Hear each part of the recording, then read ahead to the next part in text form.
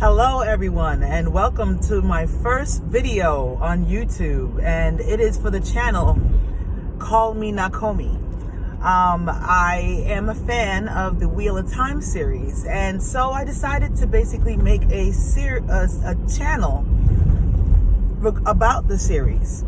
And I just want to I guess create a forum or a channel just basically to share my thoughts about the book series by Robert Jordan, The Wheel of Time. It came out back in 1990 with the first book, which was called The Eye of the World. And so I'm sorry guys, I'm driving, so please just bear with me. This is like the only time that I really get to just expound. I basically started reading this actually, though, very recently, considering the large fan base that it has. The first book, like I said, came out in 1990, which is called The Eye of the World. And basically, let's just say that I'm not exactly sure how many books the first one sold when it first came out, but it has now sold 90 plus million books all over the entire world and has been made over in so many different languages. Just from doing my research on the book before I even really started to get into it, I realized, wow, this is actually really a big deal. I've never even heard of it. But about somewhere around, let's say 2012, 2013, a friend of mine from where one of my old employers, he and I were talking about fantasy and how much we love fantasy and different books that we've read and stuff like that. And I was saying that how I would love to read Game of Thrones, because I've never really, I started watching the show and I'd never really read the books. And, I think it was maybe right before or right after the Red Wedding. I was just like, what in the F is that? And I was like, okay, so you know what? Let me read these books and really just start to get down what's going on in this book series, because I was really enjoying it. And I've never read the books, but I'm a big fan of fantasy and sci-fi, so, and I've read many books. Not that I'm not a reader, but I just never got a chance to really get a hold of those books.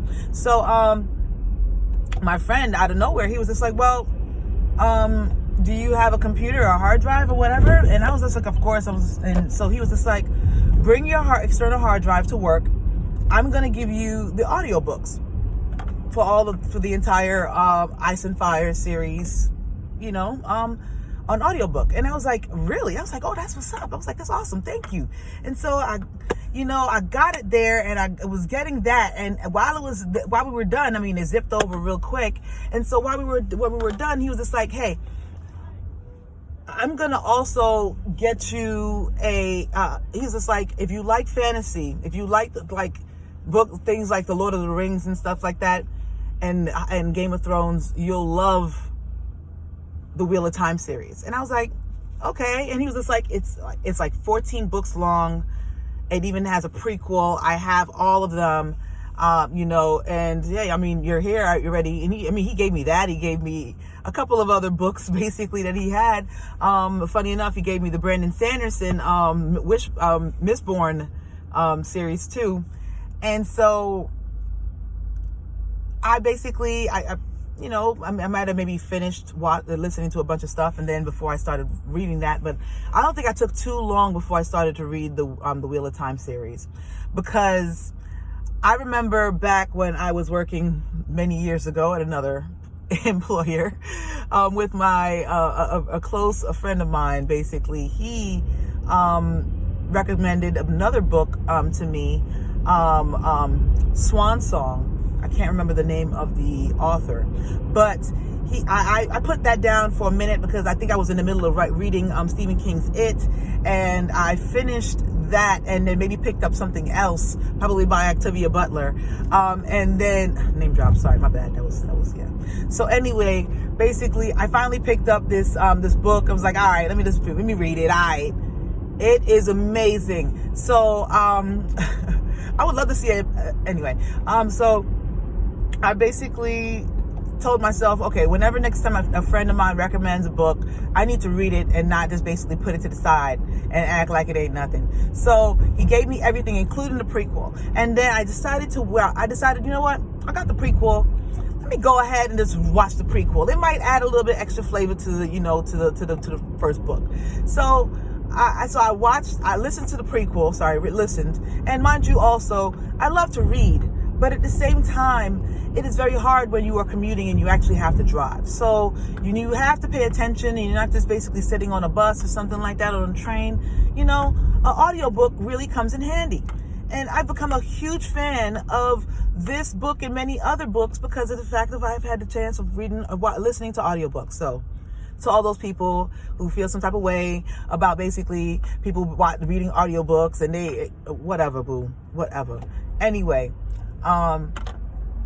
so I read New Spring, which is the 15th book of the Wheel of Time series, which is the prequel for the series, and it takes place 20 years before the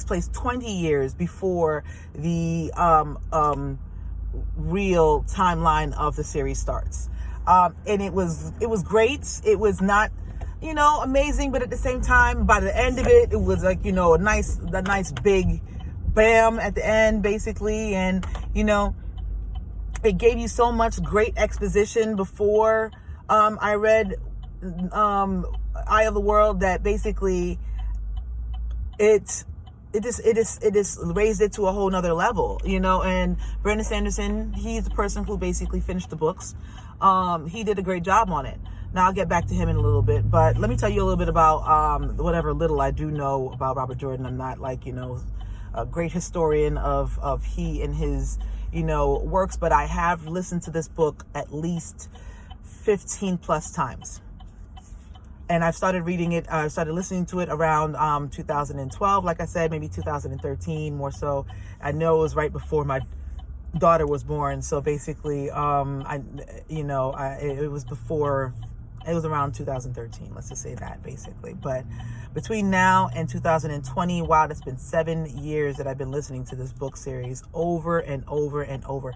I even try to listen to other, audiobooks and whatever, and I get through them, they're good, but not in the way that I'm getting, that I've gone through Wheel of Time, so they're actually creating a TV series finally for the Wheel of Time series.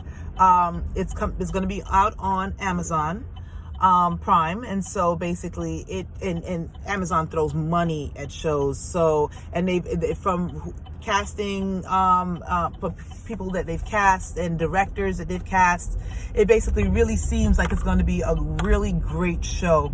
So I've gotten to a point where I feel like I want to share my thoughts with the world about the Wheel of Time, because I have a lot to offer, and I want to share my, my theories or different thoughts about it, but more so because of the fact that I've been trying to get my sister and my wife to listen to this series for I don't know how long. And right now it might be a little bit more of a technical issue with my sister, but at the same time,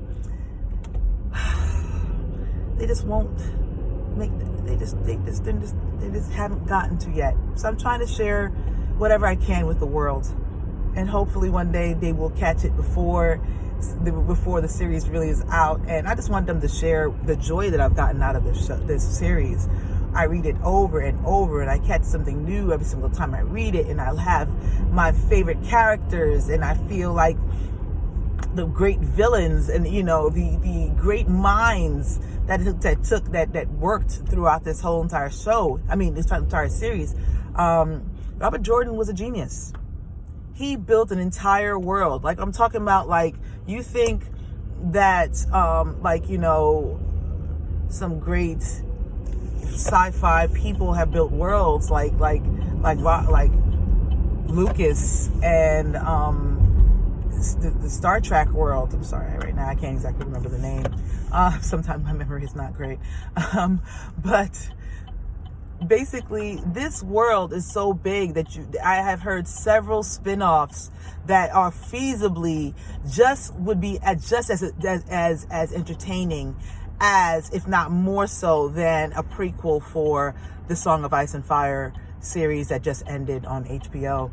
I believe that the Wheel of Time has so much potential, and I think that it ended up in a great place as far as being with Amazon to create this content and do it justice. And that's basically the one thing that every fan always is afraid of. They take their great literary works and basically not do it justice. I've seen some that basically definitely did not live up to what I wanted it to be or what I hoped it would be. I'm not going to mention any names because it's not really about them. But at the same time, it has a lot of potential. And at the very least, us as fans, we're going to watch it regardless. We're going to love it for what it is, and we're going to make our peace with what it was, just like season 8 of Game of Thrones. I mean, I made my peace with it at the end of the season, after the last episode. I said, okay, yeah, that's all a feasible ending, and I can't believe that George R.R. Martin basically sat there for how many years it took to make all 8 seasons, and basically been like, yeah, you make up whatever ending you want to. I can't believe that any author, any creative person would want something that they've thought out all the way through to end in a way that is different from how they decided it to be. So I made my peace with it, But the thing with the Wheel of Time that is going to be so much greater is because of the fact that the entire series is already done. We know how it ends. It's beautiful and it's powerful and it's going to end well. And it's hard. Sorry, even that could be a possible spoiler, and I didn't mean to do so. But at the same time, it's done. So we're good. We're gonna get a good show. So just don't up. Even a child could do it. I mean, call me. I would love to be involved. But anyway, so I just wanted to introduce myself. I am CallmeNakomi on this show. And Nakomi comes from basically a character that is very mysterious in the Wheel of Time series. If you begin reading, you'll probably catch it later on. Is it Towers of Midnight? I don't remember exactly which book that's in. But anyway, I am looking forward to basically being an involved creator, for Wheel of Time channel videos, basically. And I will catch you next time.